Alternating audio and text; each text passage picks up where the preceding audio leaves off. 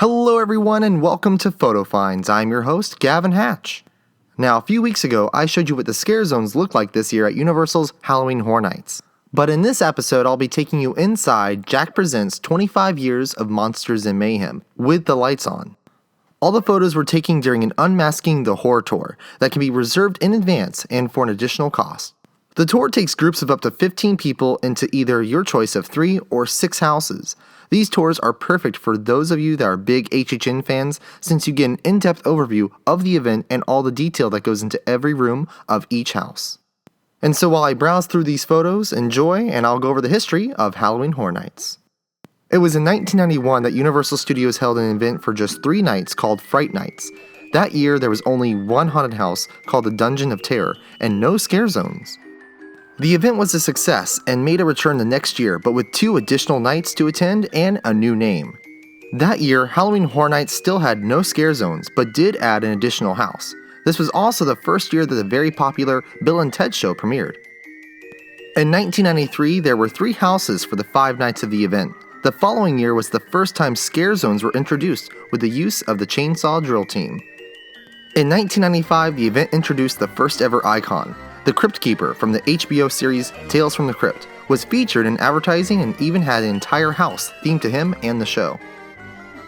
It was the following year Halloween Horror Nights introduced the first ever parade. The Crypt Keeper's Festival of the Dead parade took place in the streets of the park. That's something that couldn't take place today with the amount of people that flocked to the event, as well as all the set pieces that would be in the way from the scare zones. At HHN 9, the first 3D house was introduced, and since they have become very popular every year. The next year, Jack the Clown made his first appearance at the event as the icon and quickly became very popular. This was the first year since 1992 that HHN had an icon. In 2001, Halloween Horror Nights had some very last-minute changes due to the 9/11 attacks on the US. Universal hurried to modify the event to reflect the nation's mood at the time. Many changes were made, from house titles to the removal of blood. One of the most notable changes would be the event's original icon, Eddie. Eddie was a chainsaw-wielding, face mask-wearing maniac who had an elaborate backstory. Eddie was quickly replaced by the return of the previous year's icon, Jack the Clown. 2002 was the first year the event would not take place at Universal Studios, but instead Islands of Adventure. That year's icon was the Caretaker. In the comments below, let me know if you were able to attend that year and if you would like to see it return to Islands of Adventure again.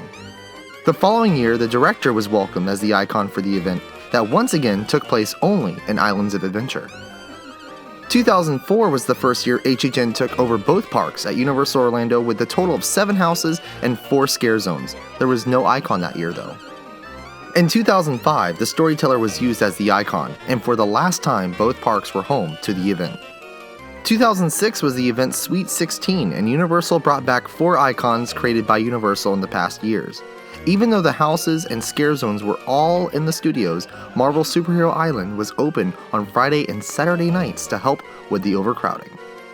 2007 was a big year as Universal was able to gain the rights to use Freddy, Jason, and Leatherface. Jack made a return that year as the Master of Ceremonies to what was called the Carnival of Carnage. That year, HHN featured one giant scare zone rather than several small ones with different themes. This centralized the overall carnival theme of the event and made it consistent and cohesive. To add to the area, a full-size Ferris wheel was installed in front of Men in Black.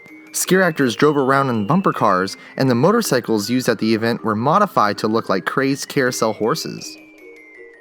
In 2008, Bloody Mary became the event's icon. Since that year, she has not made a return or even been featured in the parks. My favorite icon, the Usher, was introduced in 2009. That year, during the last weekend of the event, an additional scare zone was added. Shadows of the Past was created for the final weekend of the event. The scare zone was meant to serve as a preview for Halloween Horror Nights 2010, which would be the event's 20th anniversary.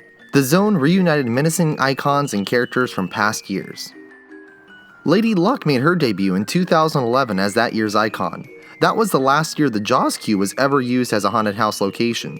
Just months after HHN, the whole Jaws attraction was demolished to make room for Phase 2 of Harry Potter. HHN 22 gave us the first Walking Dead house. Since 2012, The Walking Dead has been featured both in the streets and as a house. Evil Dead was one of my favorite houses in 2013, and the following year another favorite of mine was Halloween. I am such a Michael Myers fan. Now, of course, Jack is back this year for the 25th anniversary as the icon, and this house is fantastic as you can see here. It's my favorite because it's a sample of some of the best houses that HHN has created over the past 25 years. There's a lot of energy, great scares, and lots of detail to this house. Every time you go through, you'll notice something different and that you didn't see before. All the pictures you are seeing were allowed to be taken and shared. That's one of the cool things about the tour. If you ever go and visit at night though, I do not recommend trying to take pictures or video in the houses because it's not allowed and not safe for the performers or yourself. You can also probably tell from the pictures that no performers were in the house during the tour, so don't go on this tour expecting to be scared. Well, that does it for this week's Photo Finds. Let me know what your favorite icon has been over the years in the comments below. I also want to thank my friend Mark for helping me so much with all these pictures. And in case you did not already know, my fiance and I now have our own vlog called Florida E-Ticket, which is sponsored by Orlando Attractions Magazine and is uploaded every Saturday on this channel. So make sure to check us out and always subscribe to Orlando Attractions Magazine. Until next time, get out, have fun, and enjoy the parks!